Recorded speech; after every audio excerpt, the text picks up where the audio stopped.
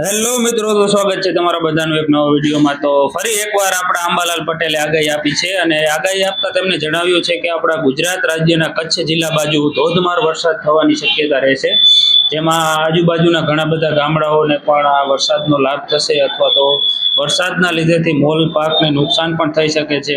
તો આગળ આ રીતના આપણે બન્યા રહેજો, આગળ અમને જે માહિતી મળશે એ પ્રમાણે અમને તમને માહિતી આપતા રહીશું। પણ અત્યારે અંબાલાલ પટેલે એક આગાહી કરી છે, જેમાં તેમને જણાવ્યું છે કે ધોધમાર વરસાદ આવવાની શક્યતા છે ફૂલ, અને એ પણ સાતમ આઠમ પહેલા। અને જો કદાચ સાતમ આઠમ પહેલા નહીં આવે તો સાતમ આઠમના 2 કે 3 દિવસ પછી ધોધમાર વરસાદ આવશે।